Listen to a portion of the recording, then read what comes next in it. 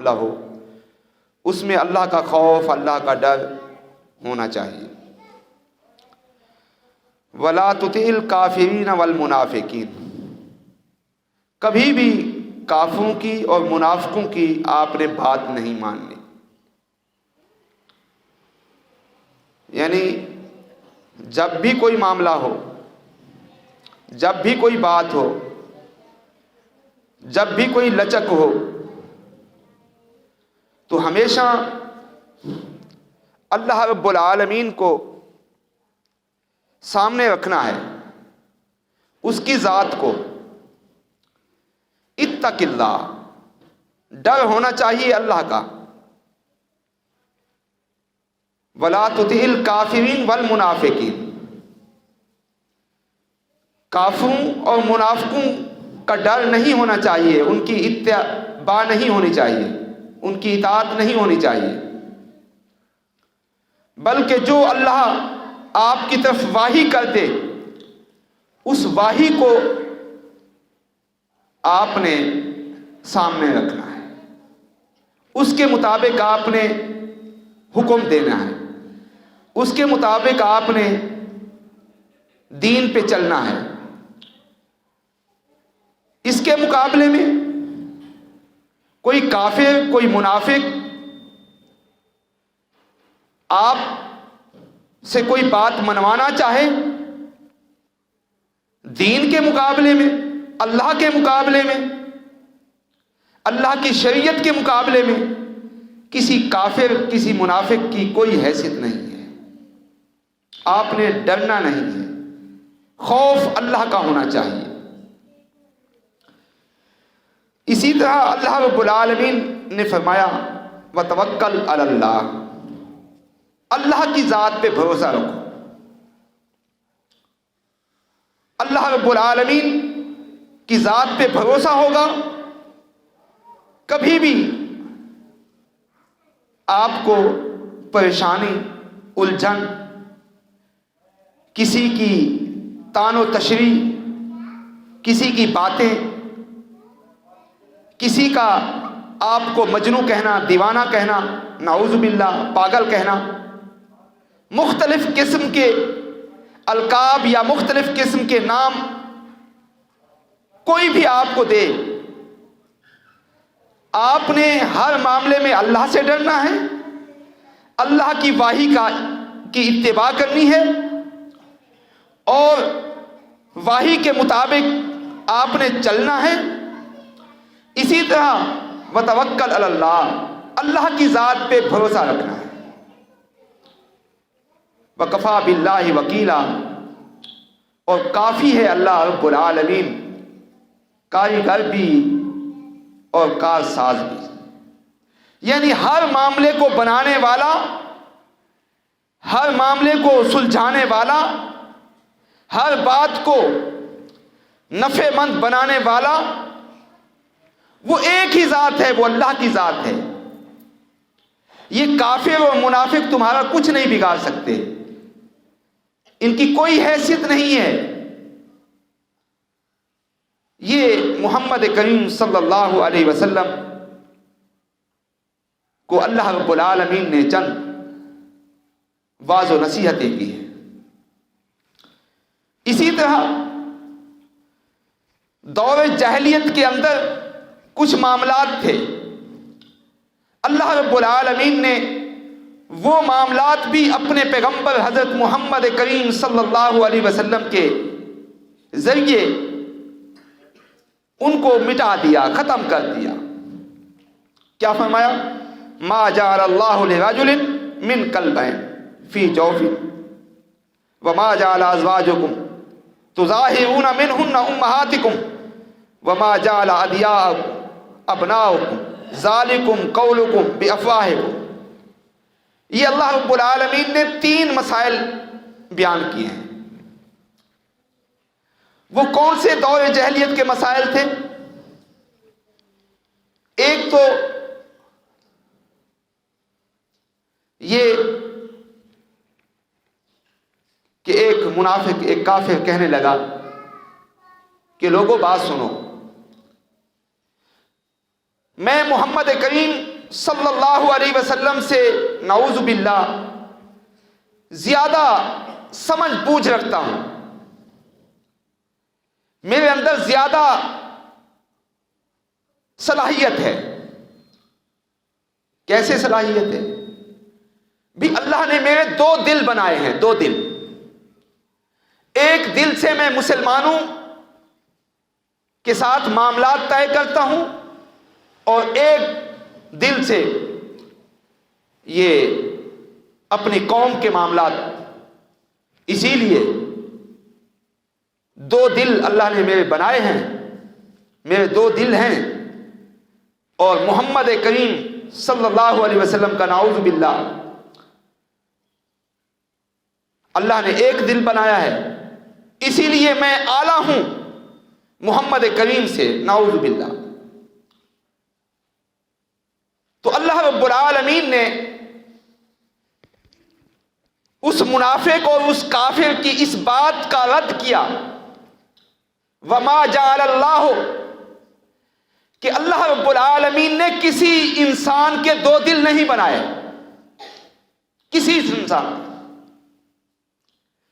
کسی دل میں، کسی انسان کے جسم میں دو دل نہیں ہیں۔ یہ جھوٹ بولتا ہے، یہ جھوٹا ہے، یہ آدمی کیا ہے؟ جھوٹ بولتا ہے، جھوٹا ہے۔ اس کی اس بات کو ردی کی ٹوکری میں پھینک دیں، اس کی اس بات کو اہمیت نہ دیں، یہ جھوٹ بولتا ہے۔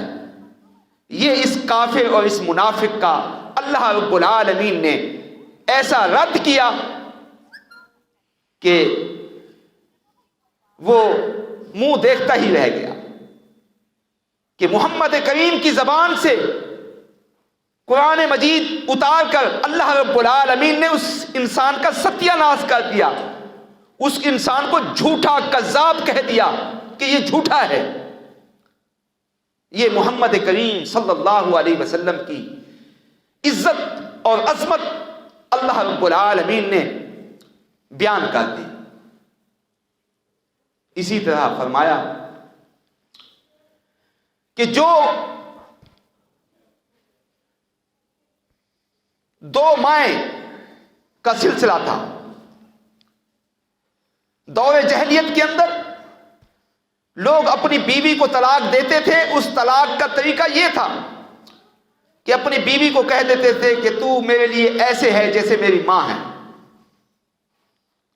اللہ رب العالمین نے اس مسئلے کا بھی رد کر دیا۔ کیا فرمایا کہ جس طرح کسی انسان کے جسم میں دو دل نہیں ہو سکتے، اسی طرح کسی انسان کی دو مائیں نہیں ہو سکتی۔ یہ مائیں ایک ہی ماں ہے جس کے پیٹ سے انسان آیا ہے، وہ ماں ہے، حقیقی ماں، باقی کوئی ماں نہیں۔ اسی طرح منہ بولا بیٹا، جسے بچپن میں کسی نے اٹھا کے پال لیا، اب منہ بولا بیٹا بن گیا۔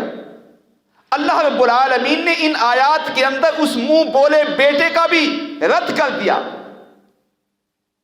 کہہ دیا کہ منہ بولے بیٹے کی بھی کوئی حیثیت نہیں ہے۔ بیٹا ایک انسان کے دو باپ نہیں ہو سکتے، صرف ایک باپ جو حقیقی باپ ہے۔ یہ جتنے بھی بچوں کو پالا جاتا ہے، جوان کیا جاتا ہے اور منہ بولا بیٹا بنا دیا جاتا ہے، شریعت نے اس مسئلے کا بھی حل کر دیا کہ منہ بولا بیٹا حقیقی بیٹا نہیں ہو سکتا، اس کا وراثت میں کوئی حق نہیں، اس کا اس آدمی کے فوت ہونے کے بعد کوئی تعلق نہیں۔ ہاں، اس کے ساتھ خیر خواہی کی جا سکتی ہے، اس کے لیے الگ جو ہے وہ کچھ مال تحفتاً دیا جا سکتا ہے، لیکن وراثت میں اس کا کوئی حق نہیں ہے۔ اسلام سے پہلے منہ بولا بیٹا وارث تھا، شریعت نے اس مسئلے کا بھی حل کر دیا۔ تو یہ اللہ رب العالمین نے اپنے عظیم پیغمبر حضرت محمد کریم صلی اللہ علیہ وسلم کے ذریعے کچھ دور جہلیت کی رسومات، دور جہلیت کے کچھ معاملات، ان کا رد کیا اور امت مسلمہ کو یہ سبق دیا کہ منہ بولا بیٹا حقیقی بیٹا نہیں ہو سکتا۔ محمد کریم صلی اللہ علیہ وسلم کا بیٹا منہ بولا بیٹا کہتے تھے حضرت زید کو۔ اس مسئلے کے آ جانے کے بعد یہ سلسلہ ہی ختم ہو گیا۔ اسی طرح اور بھی صحابہ کرام نے منہ بولے بیٹے بنائے ہوئے تھے، تو اس معاملے کو ہی ختم کر دیا۔ پھر حضرت زید کی بیوی جو حضرت زید نے طلاق دی تھی، رسول اکرم صلی اللہ علیہ وسلم نے اپنی پھوپھی کی بیٹی حضرت زید سے نکاح میں دی۔ جب اس نے طلاق دے دی، اب وہی پھوپھی کی بیٹی محمد کریم صلی اللہ علیہ وسلم نے ان سے نکاح کیا، اللہ نے نکاح کروایا، تاکہ یہ جو رسم ہے، یہ جو معاشرے کے اندر ایک قبیح عمل ہے، اس کا ہمیشہ ہمیشہ کے لیے خاتمہ ہو جائے۔ اور منہ بولے بیٹے کی بیوی سے محمد کریم نے نکاح کیا۔ یہ جو صدیوں سے ایک رسم آ رہی تھی، اس رسم کا اختتام ہوا۔ تو اللہ سے دعا کرتے ہیں اللہ رب العالمین مجھے، آپ کو، ہم سب کو جو شریعت سے ہٹ کے رسومات ہیں، جو شریعت سے ہٹ کے ہماری خوشیوں اور ہماری غمیوں کے اندر یا ہمارے ویسے ہی معاملات ہیں جو صدیوں سے چلے آ رہے ہیں، ان رسومات کا ہمیں چاہیے کہ ہم اس کا خاتمہ کریں۔ قرآن و حدیث کی روشنی میں جہاں اللہ منع کرتا ہے، اللہ کا رسول منع کرتا ہے، جس رسومات سے ہمیں اس رسومات کو ہٹا دینا چاہیے۔ تو یہی چند ٹوٹی پھوٹی باتیں کی ہیں۔ اللہ سے دعا ہے اللہ رب العالمین